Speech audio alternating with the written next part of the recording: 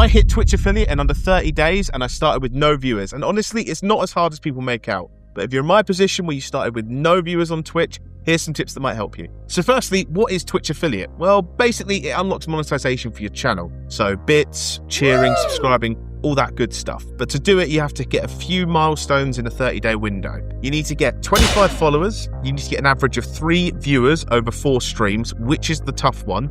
You also need to stream for at least 4 hours, and you need to stream on 4 different days. They don't sound too tough, but especially the average viewer one, it can build up. The key thing is not about hitting 3 average viewers, it's about holding them, and I don't mean hostage. So what actually worked for me? Well, tip number 1 is to have someone in your chat. I personally had a friend who'd watched some of my content on TikTok when I used to make shorts, called Ollie, and he was a moderator for my chat, made sure there was no dodgy stuff going on, but he would also constantly watch the gameplay and type in chat messages. That made it so much easier because I was actually engaging with a viewer and people coming in to see that I would chat and I would use chat, I would engage with you if you put a message in, and he would also jump in and talk with the people that were messaging. That made the world a difference and helped build the community slowly.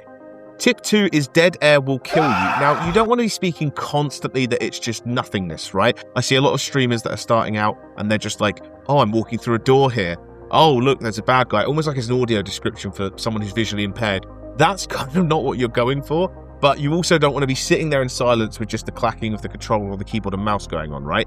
That only is going to get you views if you are like the top 1% of that game in particular. Like if you're an absolute sweat on CS2 and you can get all the frags and all the headshots, then yeah, people will happily watch you if you have no personality and you're not adding much to the game because they want to watch the gameplay, right? But most of us are average Joes and we will just want to engage, chat with people and play a game pretty averagely. So you've got to make sure you're finding that balance where you're not just waffling on about anything, a bit like I'm special at, that I talk too much, but also not in silence.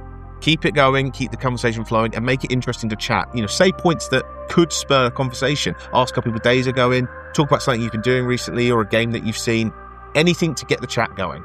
Tip 3 is to use a camera if you can. Now, I know looks can be deceiving and I do look like a model, but believe it or not, I was a bit nervous about going on camera. But it does make all the difference. In the world these days, with all the AI and fake accounts and VTubers, it actually makes the world of difference having a face, a human face, as part of a channel. If you are going faceless content, as they call it, you'll get mixed in with all of the AI content that's out these days. I know that VTubers, I think there's a guy called Peanut Man who's he has like a face cam as a peanut and he's obviously hugely successful. And obviously people are trying to go into that trend as well. You do what works for you, but I do think that having a face cam does help. I think it adds a bit of personality to the channel and people are more likely to click and recognize that, right? And you can feel emotion a bit more, you know, kind of going back from the COVID days where it was all just voice. That's not good, you know. You want to have something to look at and you can feel like you can actually talk directly to the viewer when you look at the camera. And tip 4 for you is basically play the right game if you are into gaming. You don't want to go into the oversaturated ones, you know, your Fortnite, your Call of Duties. All of these have got tons of channels, tons of kids, tons of adults trying to make it and get spotted, right? And it is tough if that's what you want to do. But unfortunately, you are just going to be throwing, you know, a message or a bottle into a sea of message and bottles, right? As the old artsy expression. You want to find a sort of a niche game, not with no viewers as well, though, right? So personally, for me, I picked Team Fortress 2 because I love Team Fortress 2. I've played it for many years. I know a lot about the game, so I was comfortable playing it, talking about it. It had been a few years since I'd played properly, so there was a bit of difference, and I could kind of see what the difference was. And there's a bit of a following there, you know, there's a bit of a cult following. You get a couple hundred average people watching the game at any time. The average viewers is a bit high. There are research tabs on Twitch that let you see what categories are good and what they'd recommend for you to play.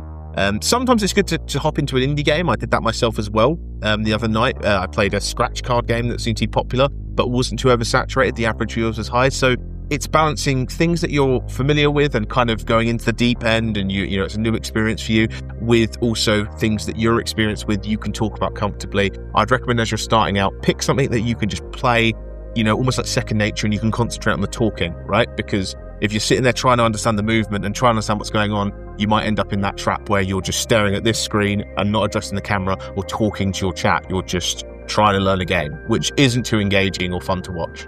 Tip number 5 is to sort out your setup. Now, obviously, I know that this is not exactly the most HD camera in the world. It is 1080p and it is 60 FPS. It has been upgraded, but I've got a bit of lighting going on here. Obviously, I've got some lamps that I use, and I do actually use a a bit of lighting, just a slight bit of effort, just to make it more presentable. Again, this will make you stand out.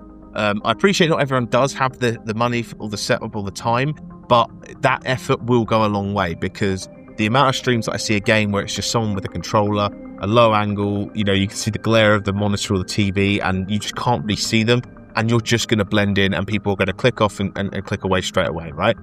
Tip number 6 is to make short content as well. Now, I know everyone knows this, but it helps you rewatch your content and know what you're making and see what's working for you in your channel. Make a TikTok, an Instagram, a YouTube. Just put the shorts out there, There are guides on how to make these shorts. They're not too complex. There's a lot of free tools. And just put a few out. Even if you make one stream, try and make 2 or 3 shorts for it. It links back to the channel. It gets people's eyes on your content. And if people don't like certain things about it, it gives you feedback, which is what you want, right? You want, eyes on that channel. You may have done a stream where you only had, say, 2 or 3 people watching it, but that short can get hundreds of thousands of views quite easily using these social media platforms. So that's it. If you're trying to hit affiliate, there's some tips for you. Best of luck. I do also stream myself, so a little plug here. If you want to check out the No Degree Dev on Twitch to see that I've probably got an average of 1 viewer, now I've said all this. But do come and check me out. I've also got a Discord as well. I'm happy to have messages in there. People catch up, and I can also put my stream schedule up there, and you can suggest video games and the like. So you can also join that. I will put both those links in a comment below. So yeah, thanks a lot for watching, guys. Hope you enjoy. Subscribe if you're new. And as always, take care, everybody.